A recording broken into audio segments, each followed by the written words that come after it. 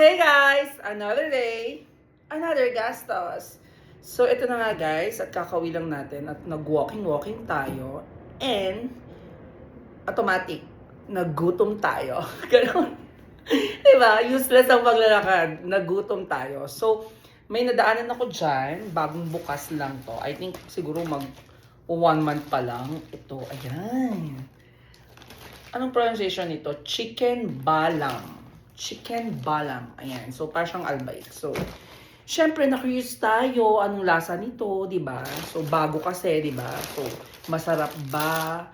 Kasi, currently, ang the best chicken para sa akin dito is albaik. Ayan, kung alam nyo. So, eto, tikman natin din to, di ba? So, meron siyang ganyan. May paganyan. Binili ko to extra na sausawan niya.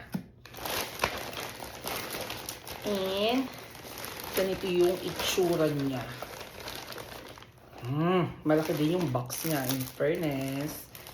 And then, may kasama siyang salad. Ay, salad tuloy. Anong tawag na dyan? Tapos, garlic mayo. And then, ketchup na nakasashay. And my bread. Yan. May kasamang bread. And kutsara. So, this one is 19 SR.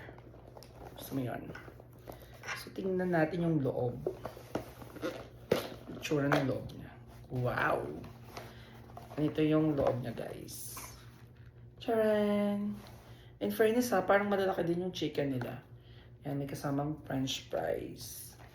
Pag tinitignan ko siya, para siyang Popeyes yung kulay. Orange kasi.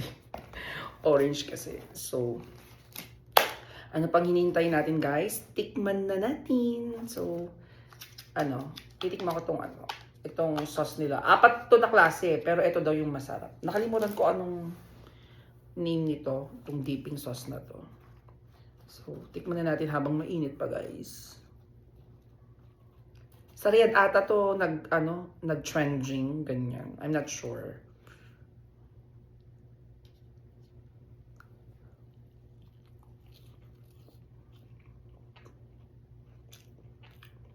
Sarap. Sarap ito. May pagka-smoky barbecue sauce. Yung lasa niya.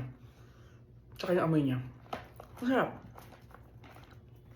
Friends, masarap. Isa pa.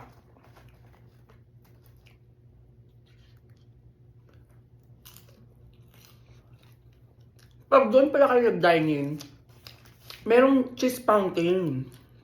Bongga yun. Hindi ko alam kung magkano yun. Pero, nakakita ko kanina, pag doon kayo kakain mismo sa shop, may pa-cheese fountain. So, pwede mong iganon-ganon yung mga chicken sa Perfect, di ba? So, tikman muna natin tong chicken naman kung masarap.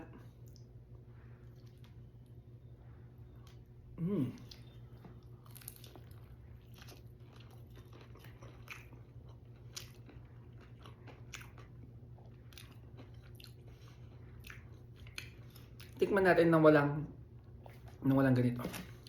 Panghang. Spicy yung binili ko, guys.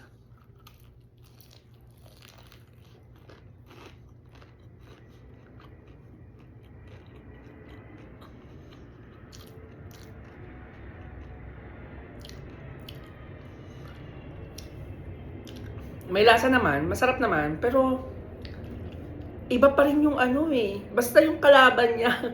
Ang sarap naman. Sarap. Masarap naman, guys. Mas mahal nga lang to ng konti ng 2 real. Mas mura dun 7. Pero kasi ito, may mga kasama ng may kasama lang siyang ganito. Yan. Tapos tinapay. Parang lang din, may tinapay din yung, kaso ban yun. So, 17. Ito, 19.